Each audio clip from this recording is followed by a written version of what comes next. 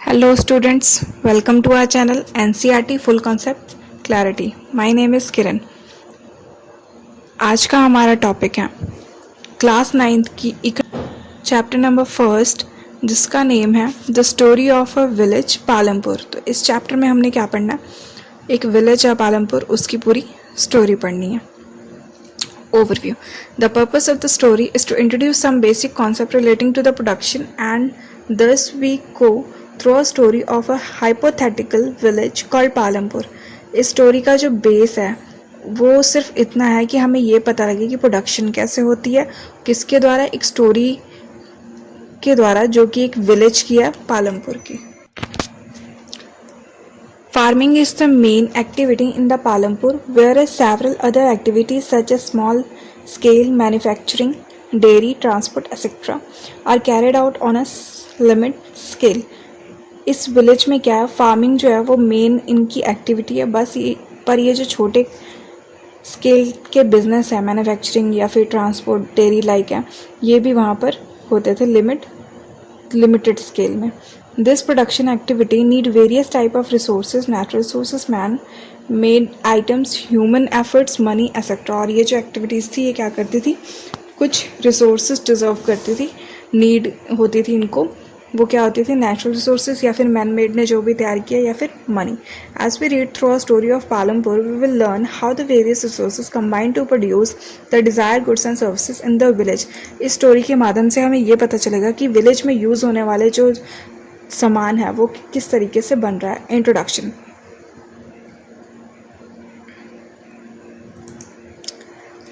Palampur is well connected with neighbouring village and town. Palampur क्या है कि अपने जो आसपास के विलेज हैं या फिर टाउन है उनसे कनेक्टेड है। Raiganj is a big village, is 3 kilometre from the Palampur.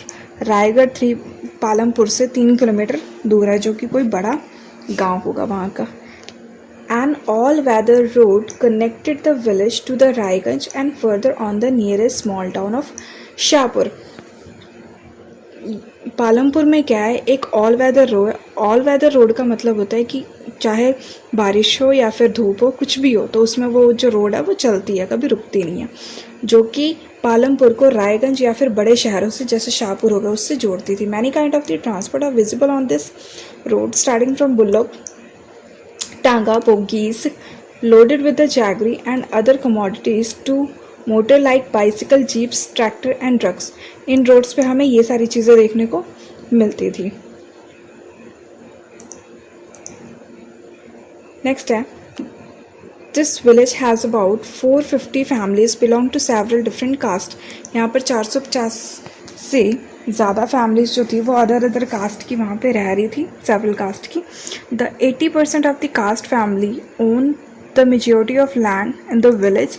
There house and some of the quite large are made of bricks with the cement, plastic. उनके जो घर वगैरह थे वो ईंट और प्लास्टिक के बने हुए थे। द सीज मतलब जो दलित थे, comprise 1/3 of the population and live in the corner of the village and in much smaller houses of which of they are mud and straw। जो वहाँ पर दलित जो थे वो एक विलेज के कोने में रहते थे, मतलब थोड़ा सा जगह होगी वहाँ पर सारे दलित ही रहते थे, और उनके जो घर होते थे वो कच्चे से होते थे। Most of house have electric connection, electricity power, all tubewells in the field and is used various type of small businesses। अधिकतर घरों में क्या इलेक्ट्रिसिटी प्रोवाइड होती थी। Palampur has 2 primary schools, 1 high school. 2 primary school थे वहाँ पर और एक हाई स्कूल था। There is primary health centre run by the government and 1 private dispensary where the sick are treated. एक वहाँ पर डिस्पेंसरी थी जो कि गवर्नमेंट के द्वारा रन की जाती थी, हेल्थ सेंटर था, और एक डिस्पेंसरी थी जहाँ पर लोगों का ट्रीटमेंट होता था। The description above show that the Palampur has fairly well developed system of road transport, electricity, irrigation, school and health centre. Compare these facilities with those in your near by village. इस जो ऊपर हमने जो भी सारा कुछ पढ़ा उससे हमें क्या पता लगता है कि पालमपुर में सारी सुविधाएँ हैं जितनी एक वेल डेवलप्ड एरिया में होनी चाहिए। हमने इसको कंपैरिजन करना है अपने विलेज से जो हमारे आसपास है। The story of the Palampur is an imaginary village will take us through a different type of production activities in the village. ये जो पालमपुर की हमने ये जो कहानी पढ़ी है क्या है, इमेजिनरी है, काल्पनिक सी एक कथा है। In village across India farming is the main production activity. हमारे इंडिया के जो गांव हैं वहाँ का जो मेन काम क्या होता है, प्रोडक्टिविटी ही होती है। The other production activities refer to an non farm activities including small manufacturing, transport, shopkeeping etcetera. और जो छोटे मोटे जो और कारोबार होते हैं वो शॉपकीपिंग वगैरह होते हैं। We shall take a look at both these type of activities after learning a few general things about the production. हम इन दोनों को अच्छे से समझेंगे, दोनों एक्टिविटीज़ को। थोड़ा सा प्रोडक्शन के बारे में पहले जानकारी ले लेते हैं, कैसे होती है production. Organisation of production, production की ऑर्गेनाइजेशन क्या है, कैसे उसको ऑर्गेनाइज किया हुआ। The main production is the produce the goods and services that we want. Production का जो मेन एम था, क्या एम था, the aim of the production is to produce the goods and services that we want. Production का aim क्या था कि वो गुड्स तैयार करना जिनकी हमें ज़रूरत है। There are 4 requirements for production of the goods and services. The first requirement is land and the other natural sources such as water, forest and minerals. सबसे पहली जो requirement थी वो land की थी और कुछ resources की थी। The second requirement is the labor, और second requirement क्या होती है labor की, that is people who will do the work, मतलब ऐसे लोग जो कि हमारे लिए काम कर सकते हैं प्रोडक्शन के लिए। Some production activity require highly educated worker to perform the necessary task. कुछ जो एक्टिविटीज़ होती हैं वह highly एजुकेटेड वर्कर को अपॉइंट करती है। Other activities require workers who can do manual work, और कुछ जो काम होते हैं वो ऐसी लोगों को अपॉइंट करते हैं जिनसे मैनुअल वर्क कराया जा सके। Each work is providing the labour necessary for production. Each worker is providing the labour necessary of production. The third requirement is physical capital, that is variety of input required at every stage during the production.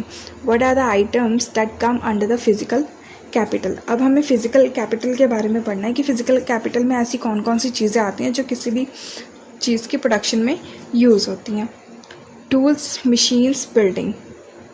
Tools, machine are ranged from very simple tools such as a farmer plough to spot sophisticated machines such as generator, turbines, computer, etc. Tool, machine, building can be used in production or over many years and are called fixed capital. ये सारी जो tools, business, buildings हैं, ये सारी क्या कहलाती हैं, fixed capital, काफ़ी देर तक चलने वाली। Raw materials and money in hand. Production required a variety of raw materials such as the yarn used by the weaver and clay used by the potter. कुछ रॉ मटेरियल भी ज़रूरत होती है किसी भी चीज़ की प्रोडक्शन के लिए, जैसे कि एक जो पोटर बनाता है उसको क्या चाहिए होती है, क्ले चाहिए होती है। Also some money is always required during the production is to make the payment and buy other necessary item. इसी तरह मनी भी उसी तरह रिक्वायर करती है किसी भी चीज़ को बनाने में, उसके रॉ मटेरियल्स को खरीदने में। Raw materials and money in hand are called working capital. इन दोनों को हम क्या कहते हैं, working capital. Unlike tool, machine और building, there are used up in the production. ये वर्किंग कैपिटल जो है वो भी मशीन, बिल्डिंग, टूल्स की तरह ही यूज़ की जाती है प्रोडक्शन में। There is a fourth requirement too, you will need knowledge and enterprise to be able to put together land, labour and physical capital, produce an output either to use yourself or to sell in the market. अब सबसे fourth चीज़ हमें क्या ज़रूरत पड़ेगी, knowledge की, कि हमें ये जो सारी चीज़ें हमने ले ली, कैपिटल, लैंड वगैरह, फिजिकल कैपिटल, ये सारी चीज़ें हमने यूज़ कैसे करनी है। अगर हमने यूज़ करनी है खुद से तो वो यूज़ करनी आनी चाहिए, या फिर अगर हमने मार्केट में सेल करनी है तो हमें मार्केट में सेल करनी आनी चाहिए। these days is called human capital. We shall learn more about the human capital in the next chapter. इन सब चीज़ों को ह्यूमन कैपिटल कहते हैं और ह्यूमन कैपिटल के बारे में हम अगले चैप्टर में और विस्तार से पढ़ेंगे। In the picture identity the labour, land and fixed capital use in the production. ये जो पिक्चर बनी हुई है, इस पिक्चर से हमें क्या पता लगता है कि ये सारी चीज़ें किसी भी प्रोडक्शन में कैसे यूज़ होती है, लैंड, लेबर या फिर फिक्स्ड कैपिटल। ये एक फैक्ट्री में लेबर जो काम कर रहा है उसकी फ़ोटो है। Every production is organised by the combining land, labour, physical capital and human capital which are known as the factor of production.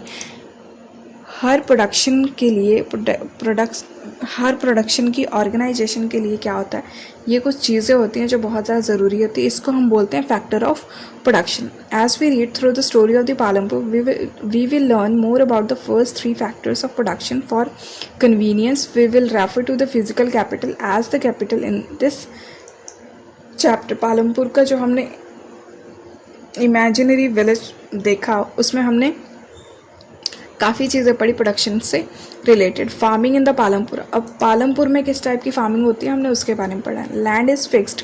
Farming is the main production activity in the Palampur. 75% of the people who are working are dependent on the farming for their livelihood. Palampur में सबसे ज़्यादा farming ही होती है और 75 से ज़्यादा लोग जो हैं वो फार्मिंग करके ही अपना गुजारा करते हैं. दे कुड बी फार्मर और फॉर्म लेबरर्स. वह खुद ही वो खेती भी करते हैं और खुद ही अपना लेबर्स भी करते हैं. They will being the people is closely related to the production on the farm. But remember that there is a basic constraint in raising from production. Land area under cultivation is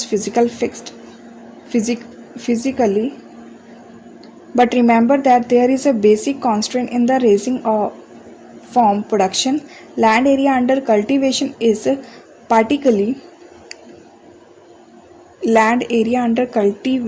is practically fixed. Since 1960 in Palampur, there has been no expansion in land area under cultivation. 1960 तक पालमपुर में land की cultivation पे कोई expansion नहीं होती थी. By then some of the waste lands in the village had been converted to cultivated land. But अब क्या हुआ, थोड़ी बहुत जो अनउपजाऊ जो ज़मीन होती थी उसको भी उपजाऊ बनाने के लिए थोड़ा बहुत काम किया गया. There exist no further scope to increase from production for bring new land under the cultivation. The standard unit of measuring land is hectare. Though in the village you may find that area being discussed in local units such as bigha, guintha, etc. 1 hectare equal to the area of a square with one side measuring 100 meter. Can you compare the area of 1 hectare filled with the area of your school ground? Is there a way one can grow more from the same land? क्या कोई ऐसा तरीका है जिससे उसी land से बहुत ज़्यादा प्रोडक्शन हो सके? In the kind of the crops grown and facilities available, Palampur would resemble a village of a western part of the state of Uttar Pradesh. All lands is cultivated in the Palampur. Palampur में क्या है, जितनी भी land थी वो उपजाऊ थी. No land is left idle. कोई भी बेकार नहीं पड़ी थी. During the rainy season farmers grow jowar and bajra. These plants are used of cattle feed. बारिश के सीज़न में क्या होता था, फार्मर्स वहाँ पे बाजरा और ज्वार उगाते थे जो कि आगे पशुओं के खाने का चारा बन जाता था. It is followed by the cultivation of the potato between the October and December. इसी तरह अक्टूबर दिसंबर के बीच में क्या होता था, पोटैटो उगाया जाता था. In the winter season fields are sown with the wheat. और जब थोड़ी बहुत सर्दी आ जाती है तो वीट लगाई जाती है. From the wheat produced farmer keep enough wheat for the family consumption and sell the surplus wheat at the market Raiganj. इस जब वीट उगानी होती थी फार्मर्स को तो वह इनफ क्वांटिटी में उगाते थे. क्यों? कंजप्शन के लिए भी और फिर मार्केट में सेल करने के लिए भी. मार्केट कहाँ पे लगती थी? रायगंज में. A part of land area is also devoted to sugarcane which is harvested only once every year. और इसी तरह लैंड का एक पार्ट था जो कि गन्ने की सिंचाई के लिए रखा हुआ था, गन्ने के उपज के लिए, जो कि साल में एक बार ही होती है. Sugar cane is in its raw form और as jaggery is sold to traders in the Shahpur. Sugar cane जो होती थी रॉ फॉर्म में बेची जाती थी या फिर गुड़ बनाकर बेची जाती थी शाहपुर में. The main reason why the farmers are able to grow 3 different crops in a year Palampur is due to the well developed system of irrigation. Palampur में ऐसा क्यों हो पाता था कि वहाँ पर अच्छे से 3-3 4-4 फसलें उगा दी जाती थी, क्योंकि वहाँ का सिस्टम ऑफ इरिगेशन जो था वो बहुत अच्छा था, मतलब पानी देने का जो सिस्टम होता है पौधों को. Electricity come early to the Palampur में इलेक्ट्रिसिटी बहुत सही टाइम पे आ गई थी. Its major impact was to transfer the system of irrigation. और इसका पूरा श्रेय किस पे जाता है? इरिगेशन सिस्टम पे. ऑब्वियसली बात है, अगर वहाँ पे लाइट अच्छी होगी तो पानी अच्छे से वहाँ पर फसलों को मिलेगा, जिसकी वजह से फसल अपने आप अच्छी होगी. Persian wheels were till then used by the farmers to draw water from the wells and irrigate small fields. People saw that the electric run tubewell could irrigate much larger area of the land more effectively. Peoples ने क्या देखा कि electricity से जो tubewell वगैरह चलती हैं वो क्या करती हैं, अच्छे से इरीगेट करती हैं लैंड को. The first few tube wells were installed bye the government. कुछ जो थी वो पहले स्टार्टिंग में गवर्नमेंट के द्वारा बनाई गई, ठीक है. पहले तो लोग क्या करते थे, अपने हाथों से पानी देते थे या फिर पाइप्स वगैरह से दे देते थे, पर उसके बाद गवर्नमेंट ने क्या किया, वहाँ पर ट्यूबवेल्स वगैरह इंस्टॉल की. तो लोगों को लगा Soon, however, farmers starting setting up private tube wells.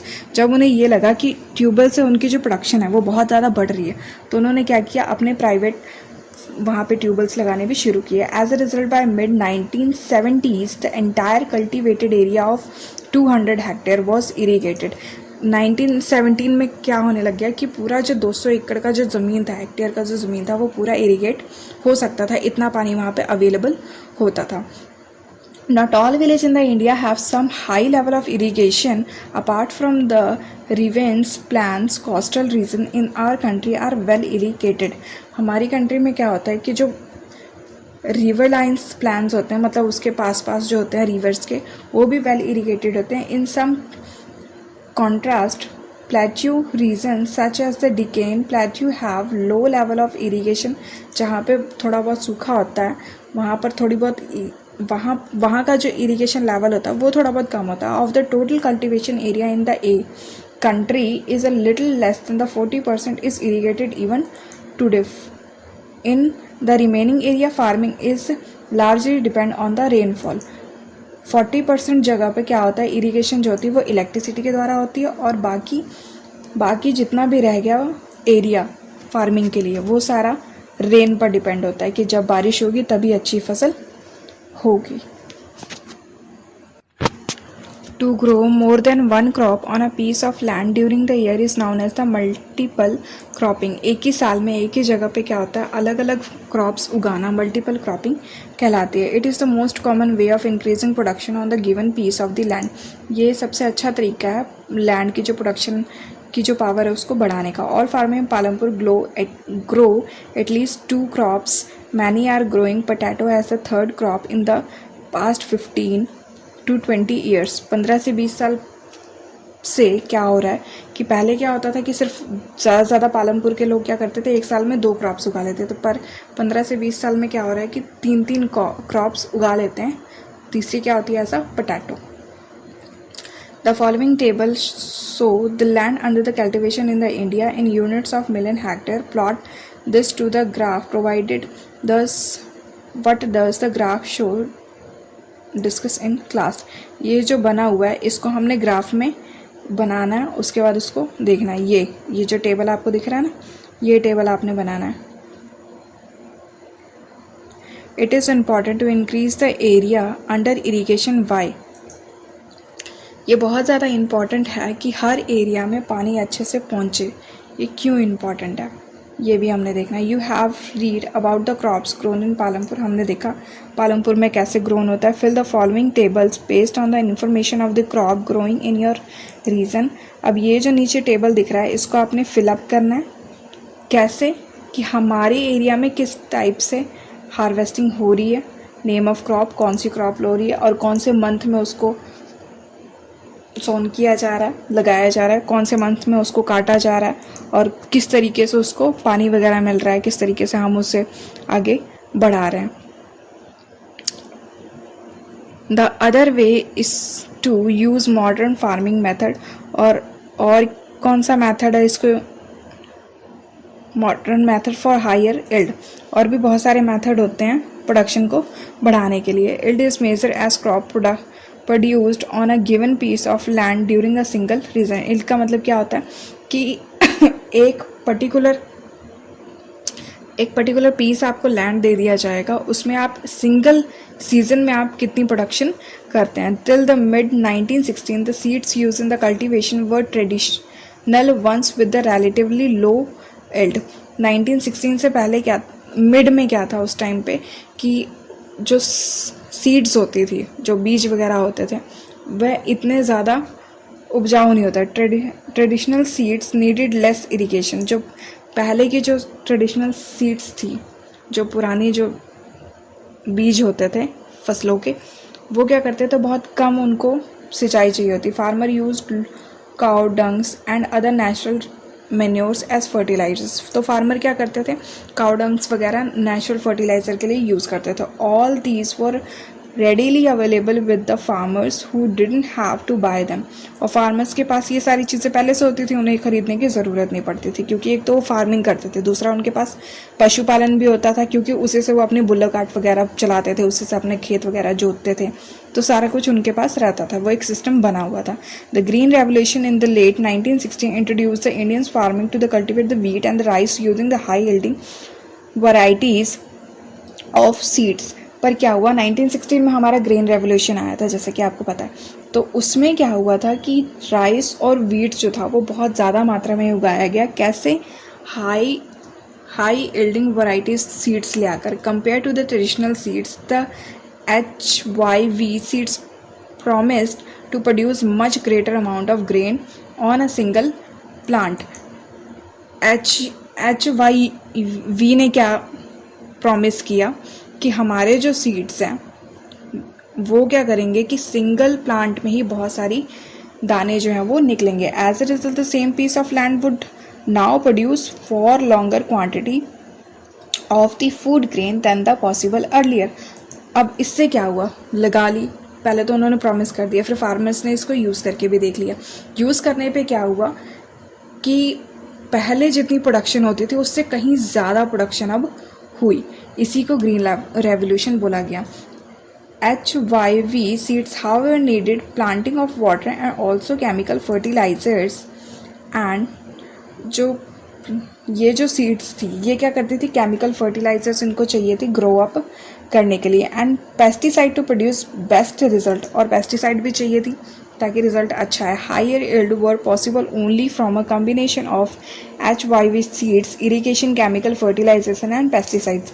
ये कैसे पॉसिबल हो सकता था, जब उसको इरिगेशन बहुत अच्छी मिले, केमिकल फर्टिलाइजर्स मिले। Farmers of Punjab, Haryana and western Uttar Pradesh for the first to try out the modern farming method in the India. हमारे इंडिया में पंजाब में, हरियाणा और वेस्टर्न उत्तर प्रदेश में क्या हुआ था, सबसे पहले इस मॉडर्न फार्मिंग को यूज़ किया गया था।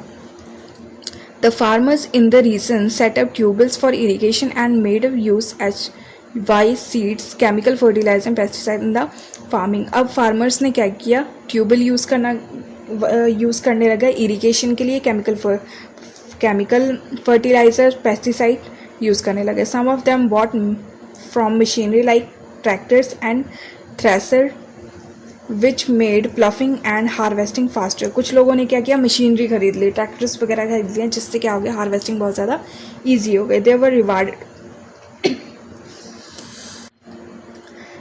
Rewarded with high yield of wheat, और इससे उनको क्या हुआ, बहुत ज़्यादा वीट प्रोडक्शन हुई। In Palampur the yield of wheat grown from the traditional varieties were 13 kg went up to 32 kg per hectare. पहले क्या था, जो पुरानी सीड्स थी उससे कितनी उपज होती थी, 1300 किलोग्राम, और अब जो नवी वाली जो मॉडर्न सीड्स यूज़ की गई, मॉडर्न मेथड यूज़ किया गया, उससे 3200 किलोग्राम निकलने लग गया। तो मतलब आप डिफरेंस देख सकते हैं, बहुत ज़्यादा डिफरेंस है। There was a large increase in the production of the wheat. Farmers how had greater amount of surplus wheat to sell in the markets. Farmers के पास बहुत सारा अमाउंट हो गया उसका ग्रेट वीट का मार्केट में सेल करने के लिए। Let us discuss. What is the difference between the multiple cropping and modern cropping method? Multiple और modern इसमें हमने difference बताना है. The following table shown in the production of the wheat and the pulses in India after the Green Revolution in units of million tons. Plot this on a graph. इसको आपने graph में करना है. Was the Green Revolution equally successful both the crops? ये भी हमने discuss करना है कि क्रॉप्स के लिए भी ये उतना ही रहा जितना कि सीड्स के लिए था successful. What is the working capital required by the farming used in modern method? Modern method में कौन कौन सी कैपिटल्स जो हैं वो यूज़ की गई, इसको आपने प्लॉट करना है उसमें ग्राफ में. Modern farming method require farmer to start with more cash than before. Why? और मॉडर्न जो मेथड था वो ज़्यादा पैसे रिक्वायर कर रहा था, क्यों? During the yield visit talk to some farmers of your region, find out what kind of farming method modern and traditional mix two farmer used. Write a note.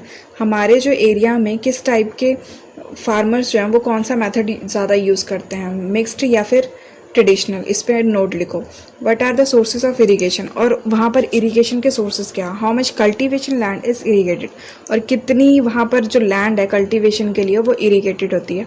How much where the farmers obtain the input that they require, और उन्हें जो भी चीज़ें चाहिए farming के लिए वो सारी चीज़ें वो कहाँ से रिक्वायर्ड करते हैं. Will the land sustain. Land being a natural resource it is necessary to be carefully in its use. Land जो है हमारी नेचुरल रिसोर्सेज है, इसलिए हमें इसका यूज़ बहुत केयरफुली करना पड़ेगा. Scientific reports indicate that the modern farming method have over use the natural resources based. हमें साइंटिफिक रिसर्च से क्या पता लगा है कि मॉडर्न फार्मिंग जो है वो हमारी नेचर का बहुत ज़्यादा यूज़ करती है. In many cases green revolution is associated with the loss of soil fertilisation due to the chemical fertilisation. Chemical fertilisation की वजह से क्या हुआ है कि उपजाऊ जो हमारी जो सॉइल है वो कम उपजाऊ हो रही है. Also continuous use of ground water for tubewells irrigate has led to the depletion of the water level. Water table भी ट्यूबवेल को ज़्यादा लगाने की वजह से कम हो गए हैं water level. Environmental resources like soil fertility and groundwater are built up over years. Once destroyed, it is very difficult to restore them. We must take care of environment to ensure future development of the agriculture. ये जो natural resources है, अगर हम इनको एक बार ही destroy कर लेते तो इनको दोबारा बनाना बहुत ज़्यादा डिफ़िकल्ट है. इसीलिए हमें क्या करना चाहिए, फ्यूचर में एग्रीकल्चर की डेवलपमेंट के लिए सोचना चाहिए. उसके लिए हमें टेक केयर से काम करना चाहिए. Suggested activity. After reading the following report from newspaper magazines, write a letter to the agriculture minister in your own words telling him how the use of chemical fertilization can be harmful. हमने क्या करना है, अपने agriculture minister को एक letter लिखना है कि ये जो केमिकल फर्टिलाइज़र यूज़ हो रहा है ये हमारी धरती को कितना ज़्यादा हार्मफुल पहुंचाते हैं.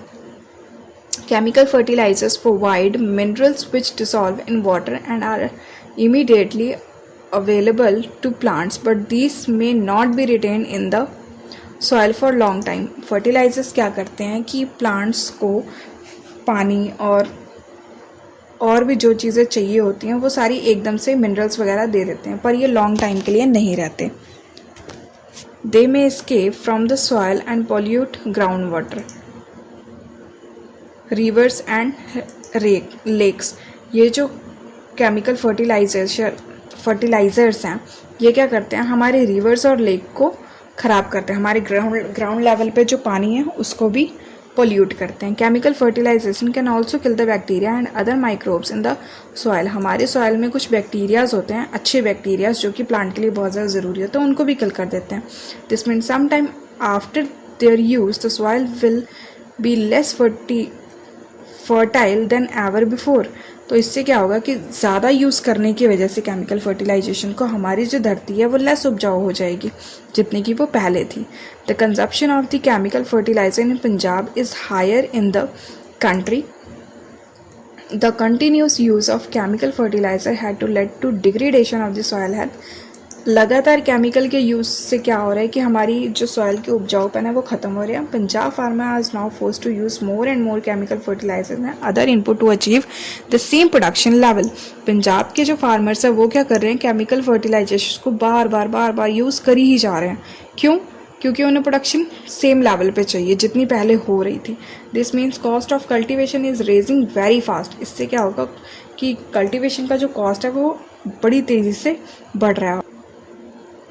आज के लिए बस इतना ही। आगे नेक्स्ट वीडियो में हम इससे नेक्स्ट टॉपिक पढ़ेंगे। Thanks for watching this video.